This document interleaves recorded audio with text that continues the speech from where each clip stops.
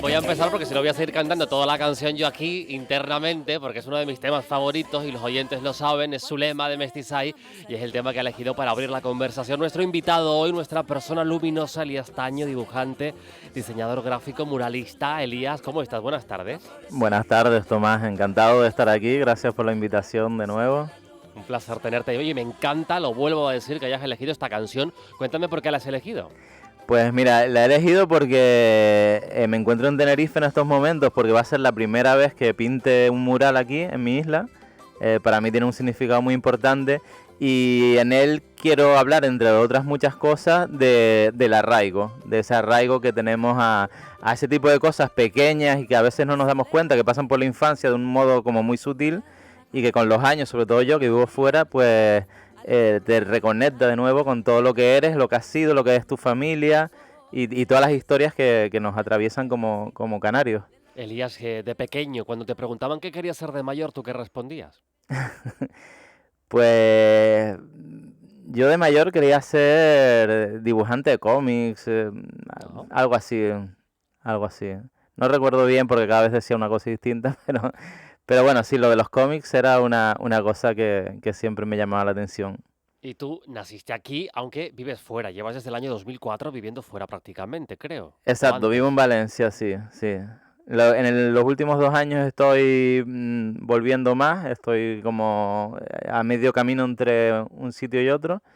Y bueno, y reconectando muchísimo también por motivos familiares y por otras cuestiones, pero reconectando con ese arraigo y también siendo más presente el desarraigo, todo lo contrario, que es lo que creo que comparto con cada vez que hablo con canarios en la diáspora, ese sentimiento que a veces empezamos a olvidar cosas nuestras, ¿no? ¿Cómo es ese proceso de olvido, no sé si desmemoria de alguna forma, Mm, fruto del desarraigo al final, mm. cuando uno pues está un año fuera y dos y tres y luego son 20, esto al final, cuando uno vuelve a Canarias, que vuelve a lo mejor por fechas concretas, empieza a ver que las cosas cambian y que igual es un Mm. puzzle en el que uno no encaja.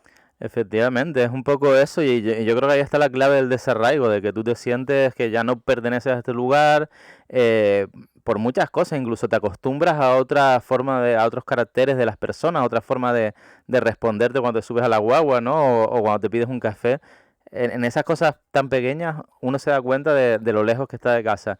Y bueno, sin romantizar, por supuesto, nada, pero yo creo mucho en ese vínculo que tenemos todas las personas con el sitio en el que hemos crecido, con el que nos hemos hecho personas, ¿no? Y yo, por ejemplo, en ese sentido, a mi familia materna y a la familia elegida de aquí de Canarias le debo mucho, porque incluso esa generación de mis padres la siento como una generación, casi la última generación canaria. Y me explico. Cuéntanos, cuéntanos, a ver cómo es esto. Claro, yo lo veo como en la generación de nuestros padres, yo nací a principios de los 80, una generación de canarios que ya no se va a dar, una gente que vivió una Canarias pre la que conocemos hoy en día, ¿no? Pre al turismo, pre a la masificación, pre a todas las problemáticas que han surgido a través de eso, el total y la absoluta tensión que hay ahora mismo en las islas respecto a temas como la propia movilidad de las personas, ¿no? El tráfico horrible, el acceso a la vivienda, el acceso, las oportunidades laborales centradas en el turismo. Y bueno, y sin romantizar, vuelvo a decir, pero creo que esa generación, por supuesto la de nuestros abuelos, pero incluso nuestros padres vivieron pues esa época, ¿no? Tan en la que Canarias era un lugar todavía aislado del mundo, casi yo diría. Y a mí, en su forma de hablar, en las palabras que utilizan, a veces ¿no? Esto que hablas con alguien de esa generación y utilizan todavía palabras que ya los jóvenes a lo mejor, o jóvenes, ya no tan jóvenes, pero bueno, que no las usamos en nuestro día a día. Y a mí eso, por lo que decíamos el desarraigo, es lo que más noto y que intento ahora reconectar, ¿no? Y esto configura esa mirada artística tuya, Elías, la condiciona, la enriquece, bueno, en definitiva es uno de esos ingredientes que te ayudan a componer el lugar desde el que tú miras el mundo. Pues yo creo que sí, aunque uno como artista nunca se para a pensar en estas cosas, quiero decir, el teorizar sobre lo que hacen los artistas, creo que lo hacen otras personas. Yo creo que nosotros, bueno, pues vamos haciendo como podemos según nuestras condiciones. Pero sí es verdad que de algún modo al final algo queda de todo eso, ¿no? Y de la insularidad queda algo, y del sentimiento de lejanía queda algo, y de todas estas cuestiones, algo al final salvamos en nuestro trabajo artístico. Yo, por ejemplo, en este mural que estoy pintando, que estoy comenzando a pintar ahora en Tenerife, me he vinculado mucho al movimiento pictórico indigenista de aquí de Canarias, por una cuestión de también eso, practicar como el arraigo incluso en la forma pictórica. Que esto vamos a contarlo también, Elías, y aprovechamos que nos está dando la pincelada, nunca mejor dicho, de lo que se está llevando a cabo en este mural colaborativo, que forma parte de un proyecto mayor en La Laguna, con mucha participación, un proceso amplio, y que una de las patas de todo este proyecto es ya llevarlo a cabo, ¿verdad? Llevar a cabo E- ese mural a la realidad. Efectivamente. Sí, esto ha sido un taller que se dice Historias del Sur Global, que organiza la Universidad de La Laguna y en el que, bueno, un taller gratuito para el alumnado de la universidad, en el que llevan ya varias sesiones con varias personas, vamos, investigadores, activistas, gente muy interesante que ha pasado por allí, por las aulas, y en las que se están aprendiendo cómo se narra el sur global, ¿no? Y también ayer que teníamos la sesión de teórica, hablábamos de ese lugar en el que se encuentra Canarias, que no está ni en el sur global, pero tampoco está en el norte global. Está en una encrucijada porque sigue siendo un territorio que sobrevive o subsiste gracias a la explotación de sus recursos pocos y únicos, que todos sabemos cuáles son, y su lugar estratégico, pero al mismo tiempo pertenece como políticamente a una realidad europea del norte, pero también está atravesada como ese lugar de ex colonia. Así que bueno, es un lugar interesante y con los pibes y pibas del grupo ayer estuvimos charlando, preparando lo que serían las ideas de lo que vamos a hacer en este mural que acabaremos entre el sábado y el domingo. ¿Y qué miradas tienen ellos en ese diálogo, en ese fruto? ¿Coinciden en esa mirada? Pues la verdad es que, bueno, como yo siempre lo que es la mirada desde la juventud me resulta tan enriquecedora, y esa potencia creadora que tienen y no sé, ese pensamiento radiante hacia la posibilidad de un mundo mejor en breve tiempo, ¿no? En breve espacio de tiempo. Algunos que ya llevamos más años, pues ya lo vemos un poco más difícil, pero todavía estamos ahí, ¿eh? Y no, la visión bueno, los conceptos con los que trabajamos para plantear en el muro fueron súper interesantes, ¿no? Porque respondían a la problemática pues de la migración, de cómo se lee al migrante, a la persona que llega aquí. Se reivindicaba también el derecho de la persona migrante a ser parte. El migrante no es que tenga que ser, pueda ser. El migrante desde que llega es parte de la sociedad que habita, ¿no?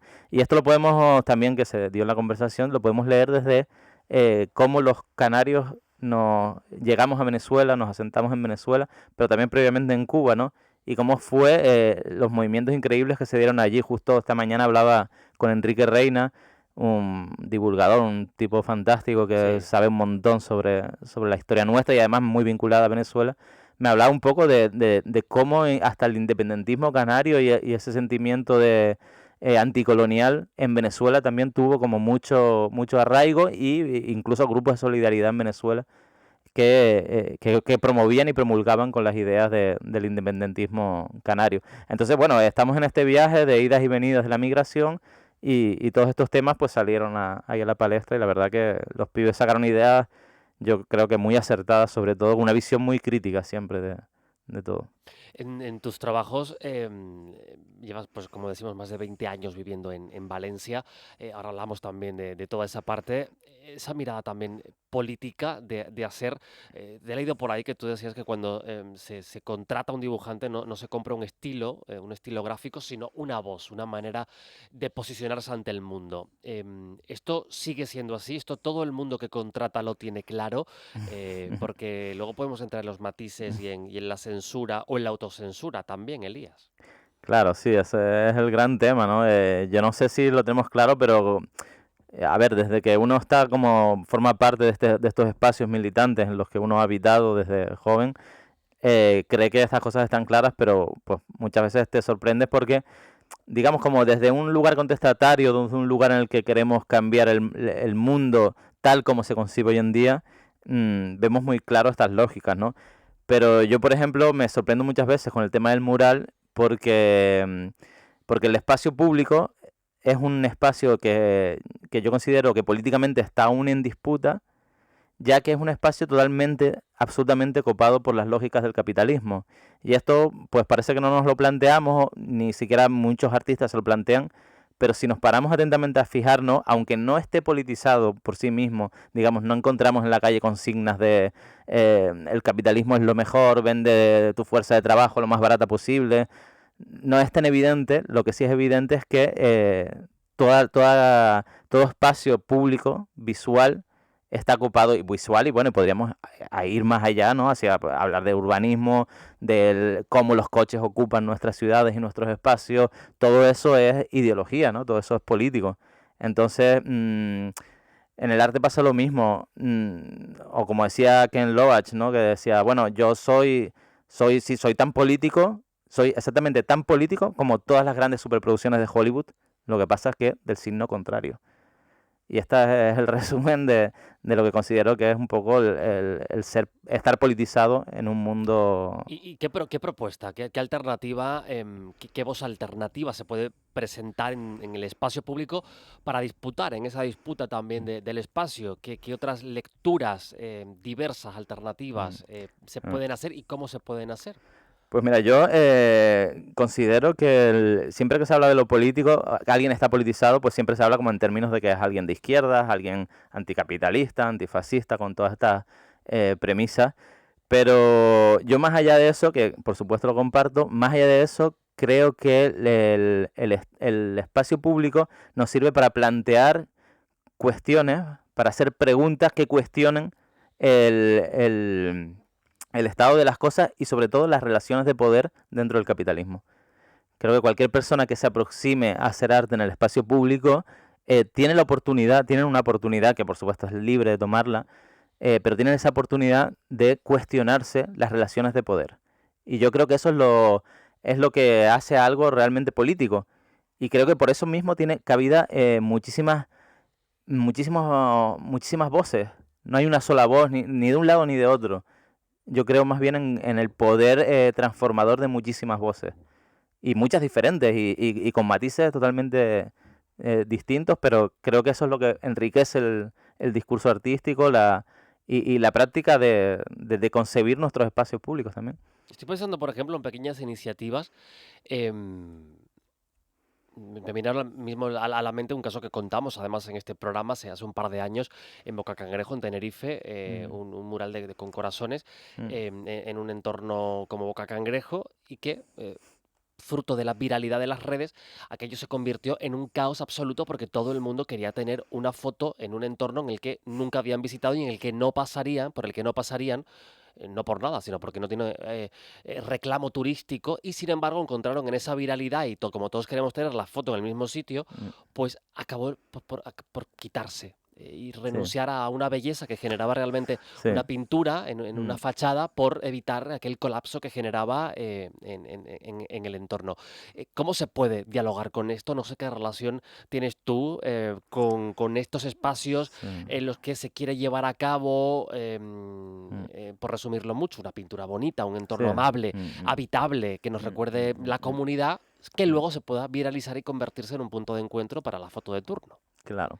Yo este tema lo he pensado mucho en los últimos años también y se me vienen a la mente como ciertos eslóganes o ciertos enunciados de prensa incluso que decían los murales que embellecen las calles de Madrid o que embellecen o que iluminan, ¿no? Algo así decía la prensa. Pero también por el otro lado una pintada que fue como para mí la que estalló todo esto sobre un mural de Okuda que decía tu street art me sube el alquiler. Entonces, en todo ese discurso, yo creo que hay fórmulas. Yo no sé cuáles.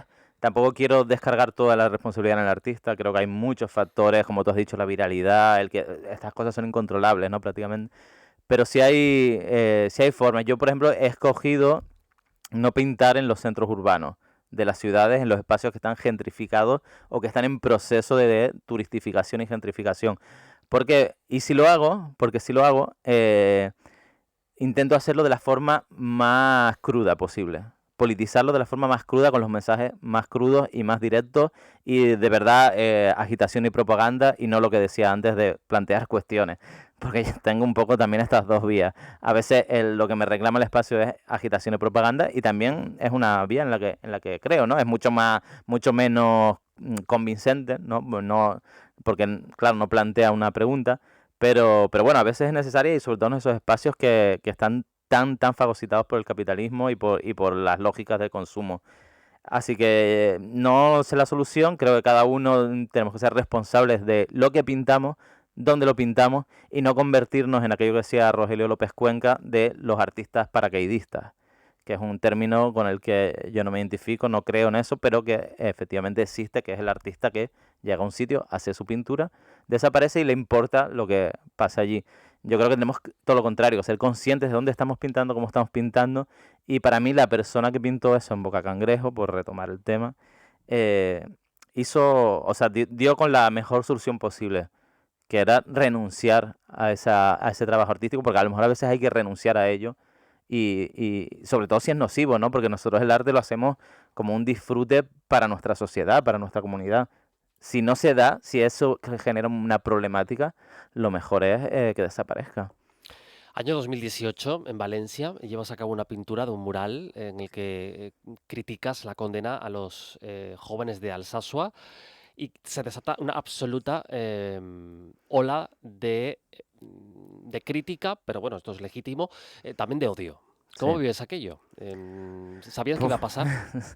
No, no, porque yo, bueno, siempre tengo cierta ingenuidad y cierta creencia en que al final, bueno, me muevo en un medio que es el artístico, en el que, bueno, pase lo que pase, yo desde luego no estoy haciendo ni una tesis moral, ni estoy dictaminando ni dando directrices de qué es lo que tenemos que hacer. Simplemente es arte, es una ilustración, es un dibujo, es una obra que está en el espacio. Pero la verdad es que con ese tema fui consciente de que cuando trabajas en temas políticos en los que no hay un consenso social, porque hay muchos temas en los que hay consensos, pero hay temas que incluso aunque lo parezca, no hay consenso, no hay un consenso total. Este es el caso del País Vasco y de las problemáticas que hubo en su día con la lucha armada y con los grupos de lucha armada allí en el País Vasco. Entonces, evidentemente no era un tema que había consenso. Y no lo digo porque estemos hablando de un tema de lucha armada, sino porque es lo que utilizó la derecha para criminalizar a estos pibes. Así que cuando eso entra en juego, cuando la derecha está acusando por pertenencia a banda armada, y nosotros reclamamos la libertad o la inocencia de esas personas, ¿qué pasa? Que muchos sectores de la sociedad directamente no hacen un ejercicio de análisis o de diálogo, sino que directamente, bueno, pues es más una reacción inmediata y una reacción que tiende a a la censura. Yo en esa época lo pasé muy mal y bueno, las 2 primeras semanas estuve encerrado en mi casa, con eso te digo todo. ¿Cómo se gestiona a partir de ahí? Cuando algo se sabe y se percibe que se ha ido de las manos. Sí, bueno, eso luego también son tormentas que pasan muy rápido, ¿no? Y por suerte, pues también se olvidan, ¿no? Pero bueno, hasta cierto tiempo había cierto tipo de gente, pues nazis y gente afín a estos partidos, a Falange o a otros, o a España 2000, que creo yo que incluso me reconocían en la calle, ¿no? Me reconocían por la calle. A mí eso algunas veces me llegó a dar miedo, ¿no? Cuando me tenía que meter con la bicicleta por una calle contraria en dirección prohibida porque había 5 pelados en un coche gritándome y reconociéndome. Y además llamándome terrorista por el mural, o sea que no era una casualidad, no eran 4 colgados, era evidentemente un... entonces, bueno, se pasa miedo, pero por contrario, de pronto se crearon infinidad de redes de apoyo y solidaridad hacia mi persona, pero también hacia lo que a mí me interesaba, que era el tema de los chicos del SASU, ¿no? Que era lo que a mí me interesaba, que se hablara o que estuvieran en el debate público. Estamos conversando con Elías Taño en Roscas y Cotufas. Toda erizada de pico, duros y llenos de tiempo. con sabor a tierra y mar, con sabor a boca seca.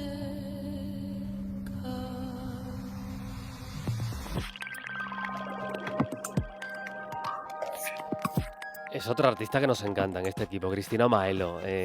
¿Por qué la has elegido?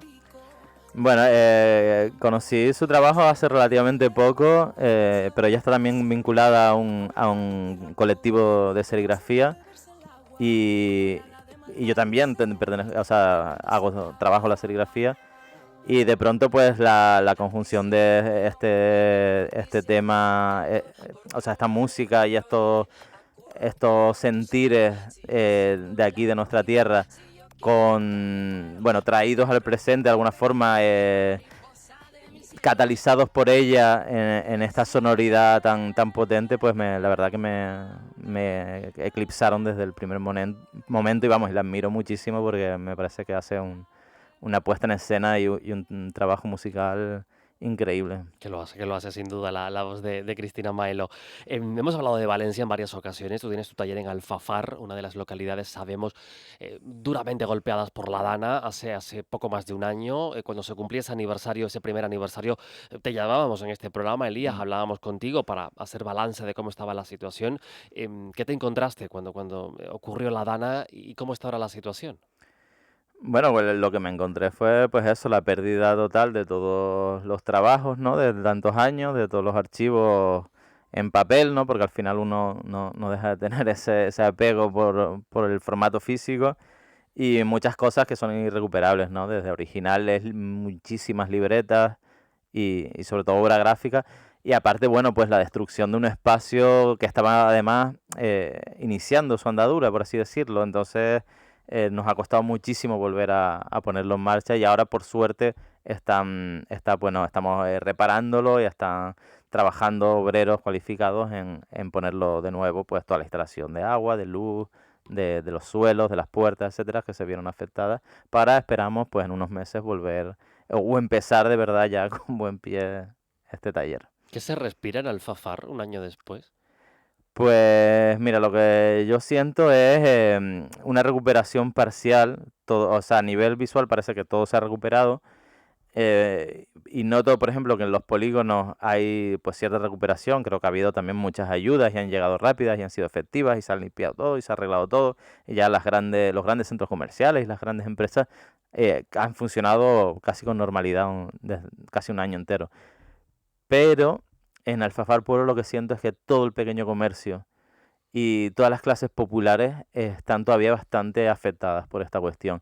Y no solo porque puede que hayan recibido ayudas y tal, sino porque hay una sensación de no volver al sitio de la tragedia, ¿no? Y bueno, hay cosas como encontrar una ferretería de barrio se hacen complicadas, o una papelería, o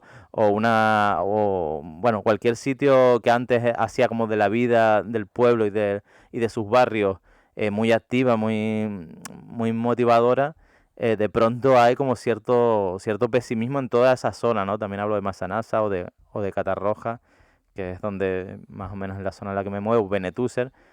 Y a pesar de que, bueno, hay muchos proyectos y mucha intención y mucho movimiento, la vida creo que todavía tardará en recuperarse como la conocíamos, porque hay una herida muy grande del abandono, ¿no? Sobre todo que sufrió esa zona.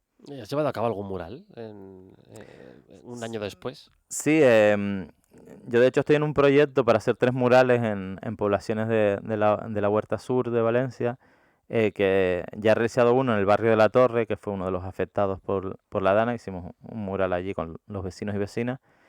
Hicimos otro en Catarroja también, dentro del mismo marco del proyecto. Y me queda uno ahora en diciembre que haremos en Massanassa. También contando con los vecinos y vecinas, hay una invitación a la pintada colectiva, es participativo. En fin, yo ahí pues intento traer imágenes e ideas sobre lo que fue aquellos momentos también de solidaridad tan fuerte, ¿no?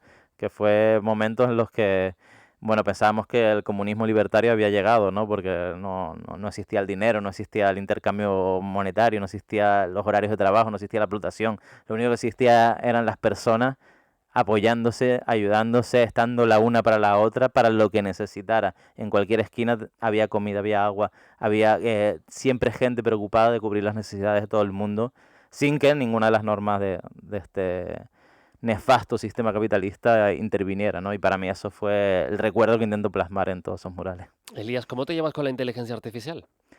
Pues bastante mal, la verdad. Bastante mal desde varios colectivos a los que pertenezco, como la Asociación de Ilustradores y el sindicato CGT. Estamos bastante en contra del funcionamiento de este tipo de tecnología. Más que nada, por dos cuestiones, por resumirte, por dos cuestiones que a mí me afectan. Que una es por el consumo de energía, o sea, es un tipo de tecnología totalmente arrasadora de los medios naturales, necesita litros y litros y litros, miles de litros de agua mineral solo para resolver cualquier pregunta que nosotros hagamos al chat GPT, pero miles de litros, o sea, con lo cual medioambientalmente es una cosa insostenible 100%, y además luego es una tecnología que se basa en el robo. Entonces, claro, puedes crear miles de tecnologías, nosotros aquí no somos lutitas ni nada, pero claro, cuando se basa en el robo, hablo de la inteligencia artificial generativa, ¿vale? Siempre, en términos generativa es la que genera imágenes, la que genera sonidos, la que genera algo, no la que busca en internet y te hace poner, sino la que genera, eso está vulnerando constantemente los derechos de propiedad intelectual de cientos y cientos y miles de artistas. Y esto es lo peligroso, porque estas empresas las promueven grandes grupos tecnológicos cuyo afán no es mejorar nuestras vidas. Su afán es abaratar los costes y generar más beneficios para sus propias empresas. Lo de siempre, ¿no? En el capitalismo. Entonces, por eso, mientras que la inteligencia artificial sea un ente gobernado por las grandes multinacionales de la tecnología, va a ser un elemento al servicio de los intereses del capital. Esta es la parte ahora que te digo, Elías, que nuestra inteligencia artificial te va a hacer preguntas a ti, pero matizo que está sometida a la humanidad, sometida a nosotros, al equipo de Roscas y Cotufas, y que no suplanta el trabajo de nadie, ¿eh? Vamos a ver qué te Muy dicen. bien. Entonces te va a tocar responderle a ella, o a él, Venga. no sé quién viene hoy. A ver Vale. qué nos cuenta. Vamos. Soy Arminda, encantadísima de saludarte. ¿Preparado para mis preguntas? Aquí vamos. ¿Trabajas ilustración, diseño, muralismo? ¿En qué formato te sientes más cómodo? En el muralismo, desde luego, sí. Si fueras un animal, ¿cuál elegirías y por qué? Una rana. No lo sé por qué. Una rana. ¿Qué te da más miedo? ¿Un papel en blanco, un muro en blanco o las instituciones que a veces cortan las alas de los creadores? Las instituciones, pero sobre todo el otro día leía una frase del dibujante Juarma que decía: no le tengo miedo a la página en blanco, lo que le tengo miedo es a no llegar a fin de mes. Eso es realmente el gran miedo de los artistas.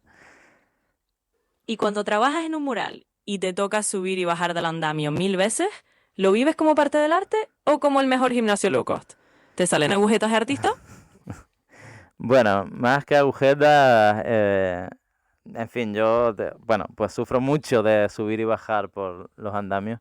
Así que, como decía un sindicalista norteamericano, decía que él nunca había leído El Capital de Carlos Marx, pero que tenía señales del capital por todo su cuerpo.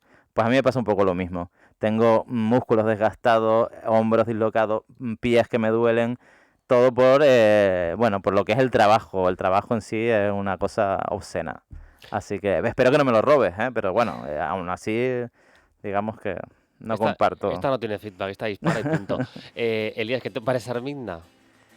Cuéntame, Bueno, por favor. no ¿Te ha sé. sorprendido? No se ha portado mal y quiero decir, no. A ver, Sometida, insisto. una inteligencia artificial no creo que se tenga por qué portar mal, ya veremos. Bueno, los que hemos visto muchas películas de Terminator y todo eso, pues pensamos siempre en Skynet y esas cosas, pero bueno, nada, a ver, a mí me parece, no sé, me parece una cosa innecesaria, quiero decir. Está bien que la tecnología sirva para facilitarnos la vida, desde luego si a ustedes como trabajadores de la radio les facilita, pues guay, pero vamos. No nos facilita, nos divierte un rato. Les divierte, bueno, pues bien, o sea, Insisto, pues no le quita el trabajo a nadie. Si es una cosa divertida y tal y amena, pues oye, me parece genial. Lo intentamos. Lo único que me quisiera recordar a los oyentes que estén al otro lado que la inteligencia artificial generativa nace en los grandes estudios de Silicon Valley con el fin de abaratar los costes de los trabajos cinematográficos y los trabajos de los videojuegos. No nos olvidemos que son los dos grandes sectores donde la ilustración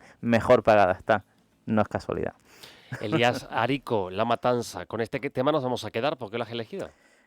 Bueno, primero porque es un muy querido amigo, un canarión absolutamente entrañable y una persona de una sensibilidad extraordinaria, a la que yo pues tengo el gusto de conocerla allí en Valencia, porque también es un canario en el exilio, y bueno, y además me invitó para este disco a hacer el arte de la portada, lo cual estoy muy agradecido, y con el que además comparto una visión sobre lo que es lo canario y lo que es estar fuera también. Así que un abrazo para mi gran amigo Arico. Elías Taño, dibujante, diseñador gráfico, muralista. Estaremos pendientes este fin de semana a ver qué creas en La Laguna.